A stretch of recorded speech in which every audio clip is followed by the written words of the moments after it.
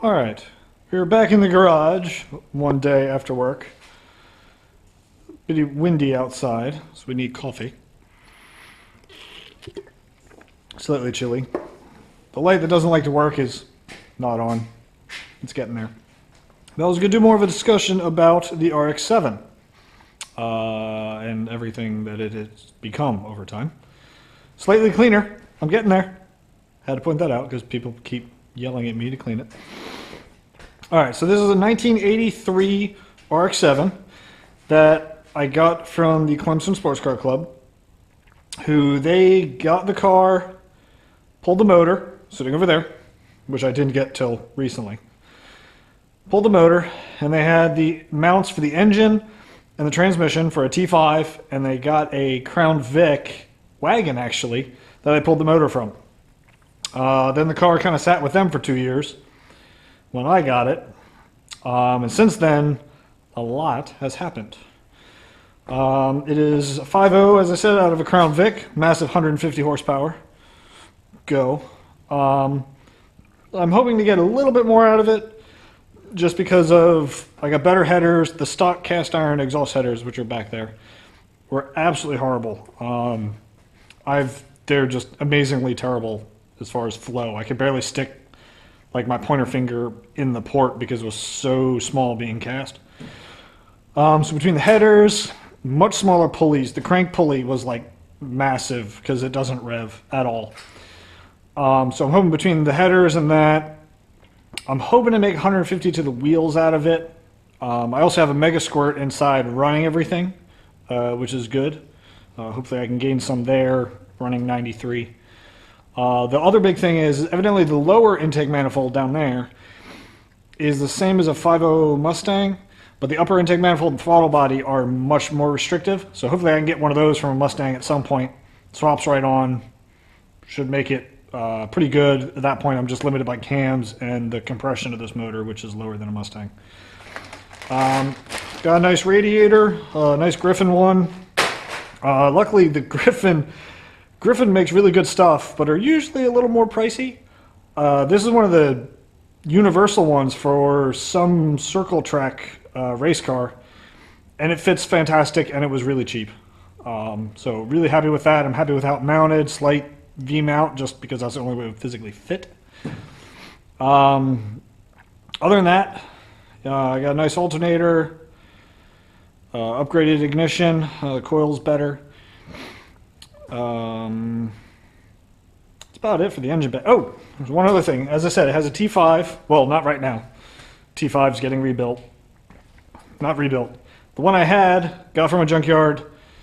Fifth gear had like 5 teeth missing. Synchros were completely shot. It was not worth anything, but it's a good core. Plus I got a bell housing.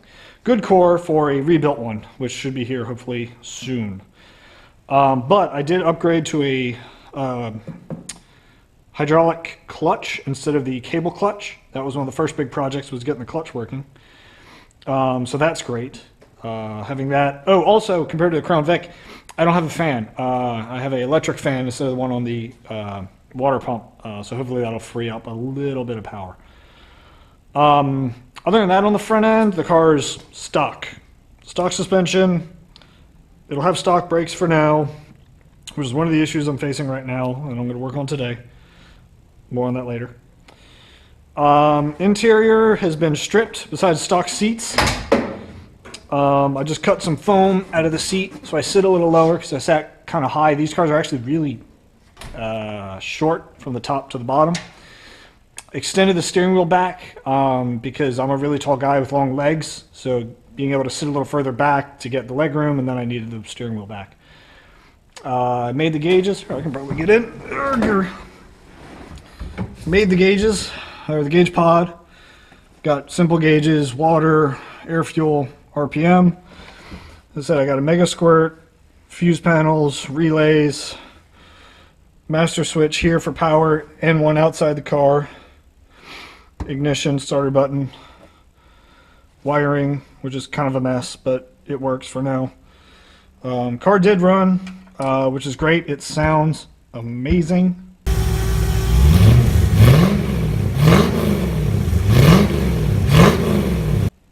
I have just a 2.5-inch off the headers to a 3-inch single exit through a MagnaFlow cherry bomb, which is great. Other than that, as I said, it's stripped. Gonna eventually get all this sound dampening out. That's gonna be a project for another day, but we're getting there. Move on to the back of the car. This is one of the other big projects when I got it. Fuel cell. Car normally has its tank right here, and it goes like all the way to the back, kind of like a Mustang, and I'm not a fan of that because this is gonna be a track car for me. Back into a wall, gas tank's right there. Plus the gas tank had gas that was sitting in it for about 3 years when I took it out. It was nasty, all kinds of rust. Probably could have cleaned it, but fuel cell is just as easy. 10-gallon ATL fuel cell. Built the cage, well supported underneath. And lines, filters, new pump. Because this car originally was carbureted, so I needed a new fuel pump to get the pump pressure up. Fuel pump's the loudest thing in the car. But I'm okay with that. It works. Made the entire exhaust. Here's the front half that goes up to the headers. Welds look terrible because I was having issues with my MIG welder, but that's fixed now. Of course, after I've welded up the entire exhaust. But I made the entire exhaust. Here's that front section. Here's the rear section with the cherry bomb. That turned out really good. I'm really happy with that. As I said, right now, transmission's out of it, so I can't really start it. Plus, I just redid some of the fuel system. I will say that this being largely a custom build, obviously I made the entire cooling system, the entire exhaust, the entire wiring. The entire fuel system is different, and the intake system, which intake's sitting over there. One thing I will say, anyone that wants a big project like this, I call it the 10-to-1.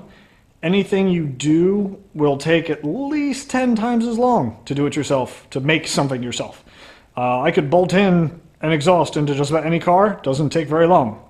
To make this exhaust from the header back took me pretty much 3 days non-stop to get everything cut, fitted. I mean, I'm doing it with the car on jack stands, but to get everything cut, fit, make sure it clears everything, pull it out, final weld it, and then, you know, I painted over the welds so they don't rust, and then, you know, put the header wrap on it.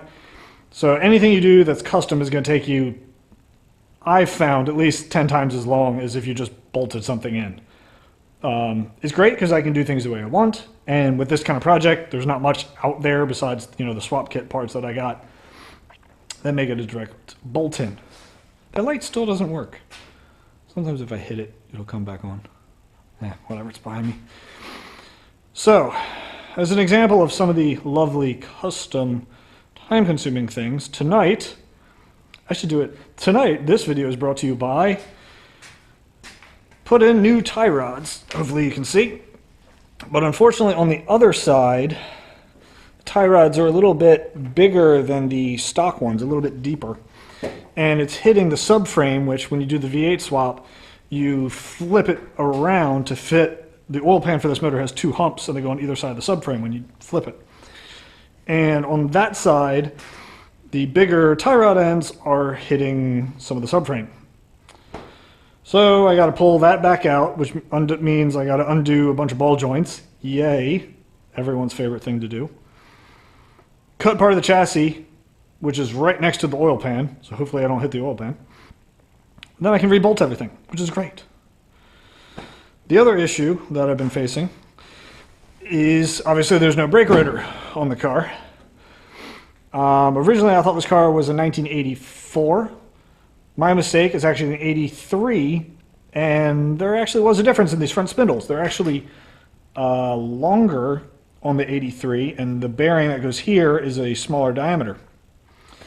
So the first rotors I put on, pressed in the new bearings, put the rotor hub assembly on, and the washer that goes on has a tab that goes in this slot, bottomed out in the slot. Couldn't actually clamp it all down because it was from a 84, which is shorter.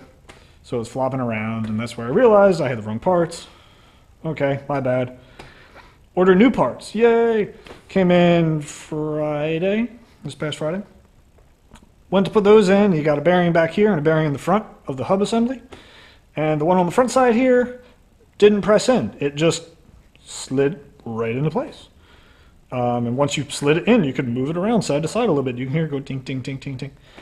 I don't need wheel bearings that are loose. What? Since they're the same brand, bearing and rotor, but they don't fit together. So I'm now on kind of a wild goose hunt to try to find new rotors that will work. But hopefully tomorrow I will have those in my possession. So I can finish that, put the caliper on, bolt this up to the rest of the suspension again.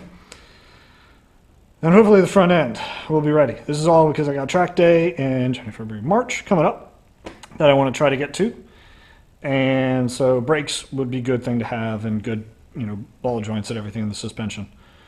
So hopefully things will be moving quickly. This car will run.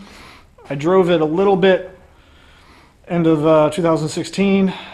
It should be a ton of fun. I was never able to really get on it or really drive it because of various little issues which have been solved. Spins in second really easy. I mean, I've stock 13-inch tires that are 10 years old. But motor makes a ton of torque. Sounds amazing. It's going to be a blast. It will be lots of fun to slide around on track. Not drifting. Well, I might drift it, but I'm not going to track days to drift. It's going to be a speed, time attack kind of car. Cage will go in it at some point. Have an upgrade idea for the suspension that I am hoping to do for the fronts. That will fix a lot of things. It'll have good brakes, big brakes. It'll be a 4x100 in the front, and it hopefully should all bolt in, which will be amazing if that works. The rear, still up in the air about what I want to do. Hopefully the clutch pack in this will last, and I can just run it as it is. Beyond that, I might try to do my own kind of clutch pack solution to rebuild it. Or I might just swap a Ford into it because the gearing, I don't know. That's going to happen once it's running, and I'll see what's really wrong with it. That's the gist of this car. This is called the Bad Red Dog Racing RX7 because of Bad Red Dog. So that's the theme for this car, the Bad Red Dog Racing. Rest of the garage will be cleaned up more very soon. Don't worry. I got to pull another car in here. I got my Lexus out there. Not happy. I broke a Lexus. It's amazing. Nothing major, really. So I got to eventually clean all this up so I can do that.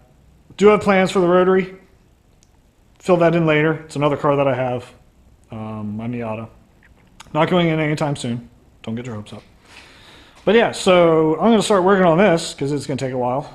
I need more coffee. More coffee is going to be needed. I don't know if you can hear all that wind. It's rather windy. There's stuff hitting the doors. But I'm going to get to work.